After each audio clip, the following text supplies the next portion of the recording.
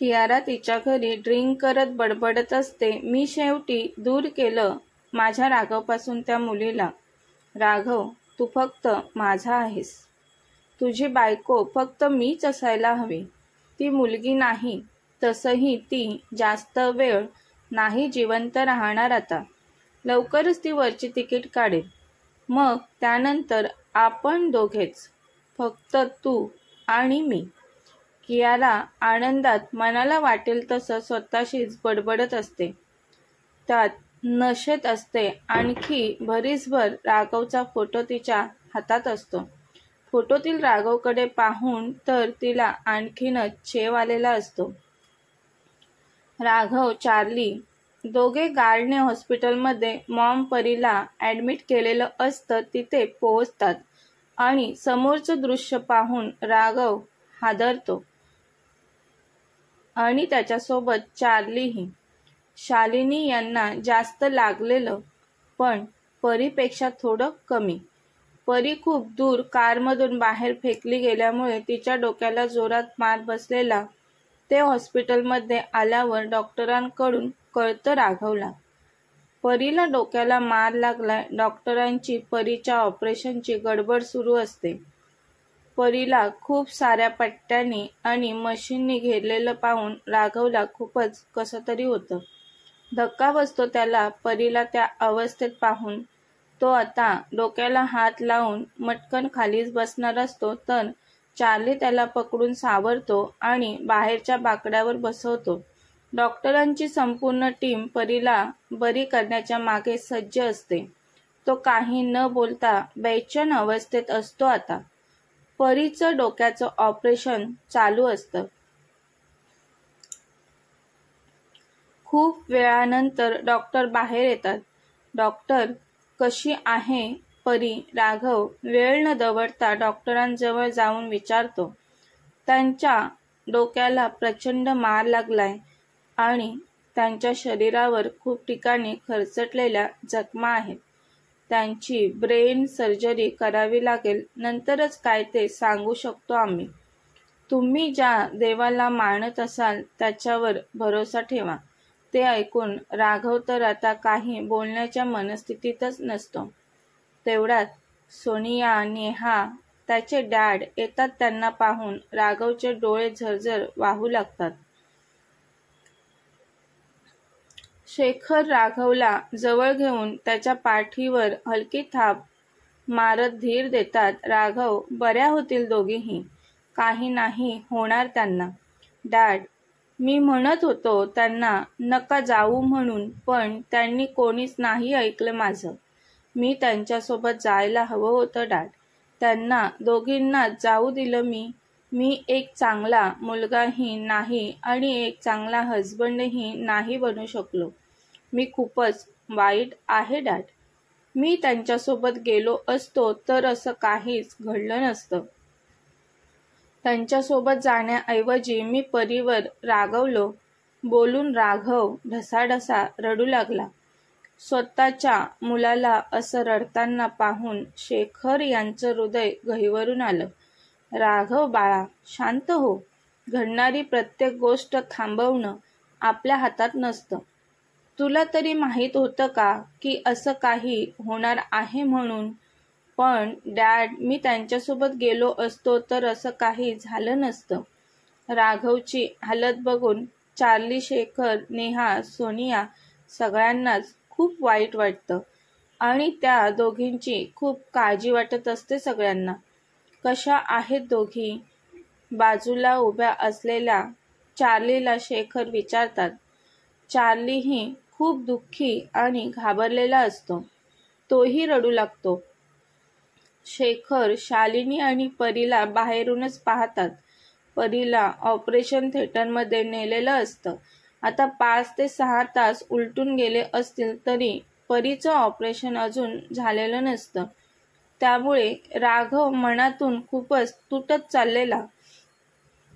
कासावीस झालेलं त्याचं मन परीच्या विचारात.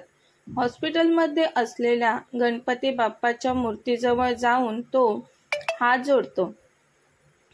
चार्ली त्याच्या जवळ येऊन राघव सावर स्वतःला बोलतो.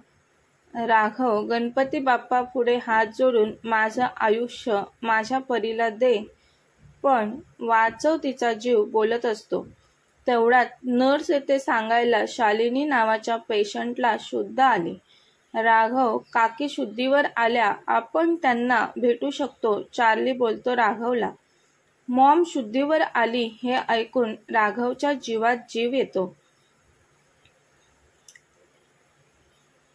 दोघेही मॉमजवळ धावत जातात. परी कशी आहे? शालिनी शुद्धीवर आल्या आल्या पहिलं विचारतात. शेखर बोलतात, शालिनी, परी ठीक आहे. कुठे आहे परी? मला तिला बघायचं आहे.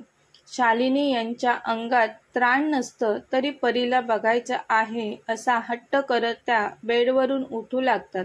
शालिनी, डॉक्टरांनी तुला आराम करायला सांगितलाय. शालिनी यांना बेडवर पुन्हा झोपवत शेखर बोलतात. परी ठीक आहे, तिची काळजी नको करू.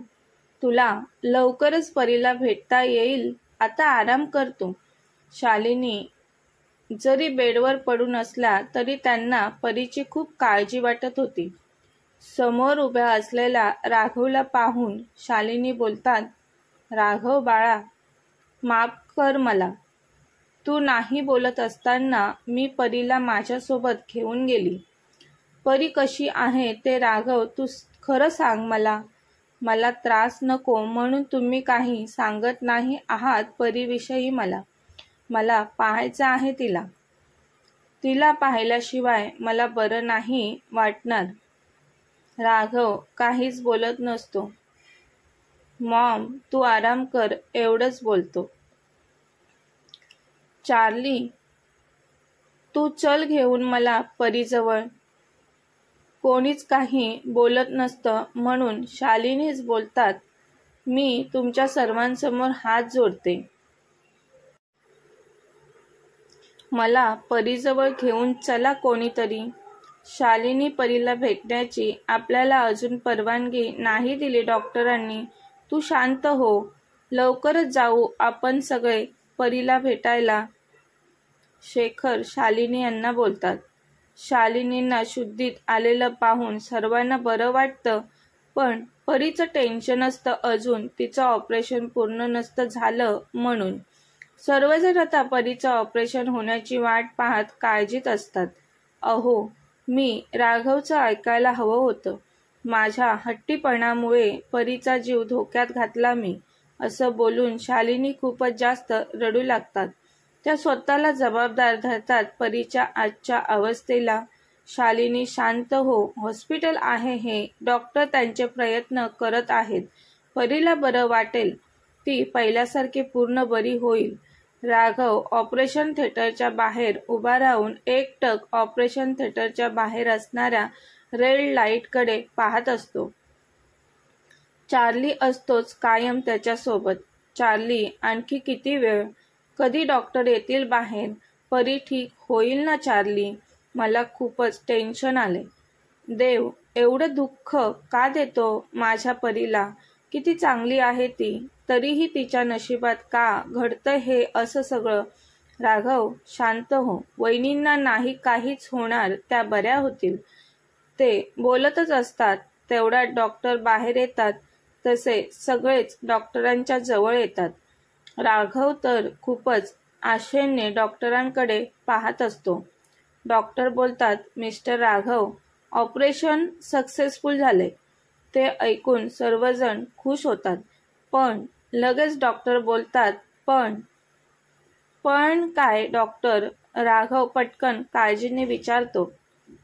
डॉक्टर बोलतात, पण पुढच्या 24 तासात त्यांना शुद्ध नाही आली तर पेशंट कोमात जाऊ शकतो. सो प्लीज तुम्ही तुमच्या गॉडकडे प्रार्थना करा तसं होऊ नये यासाठी. आता सर्व काही गॉडवर अवलंबून आहे. पुढचे 24 तास खूप महत्त्वाचे आहेत पेशंटसाठी. काहीही होऊ शकतं पेशंटसोबत. पेशंटला सर्वांच्या शुभकामनांची आणि आशीर्वादाची जरूरत आहे. राघव स्तब्ध होऊन डॉक्टरांकडे पाहत राहतो. राघवची हालत खरंच खूप बेकार झालेली. त्याची हालत घरातल्या कोणालाच पाहवत नव्हती. सगळेच देवासमोर हात जोडून प्रार्थना करू लागलेले. परीला लवकरात लवकर बरं वाटून शुद्ध येऊ द्या म्हणून. देवाला साकडं घातलं सगळ्यांनी. आता 24 तास उलटून गेलेले. एवढा वेळ त्याने आणि त्याच्या घरातल्यांनी परीच्या काळजीत काहीच खाल्लं नव्हतं. त्या सर्वांना फक्त काळजी होती ती परी शुद्धीत येण्याची. कथेचा पुढील भाग पाहण्यासाठी चॅनलला सबस्क्राईब करा. कथा आवडल्यास लाईक, शेअर आणि कमेंट करायला विसरू नका. कथेचे यापूर्वीचे सर्व एपिसोड प्लेलिस्टमध्ये सेव्ह आहेत. पाहिले नसतील तर कृपया पहा.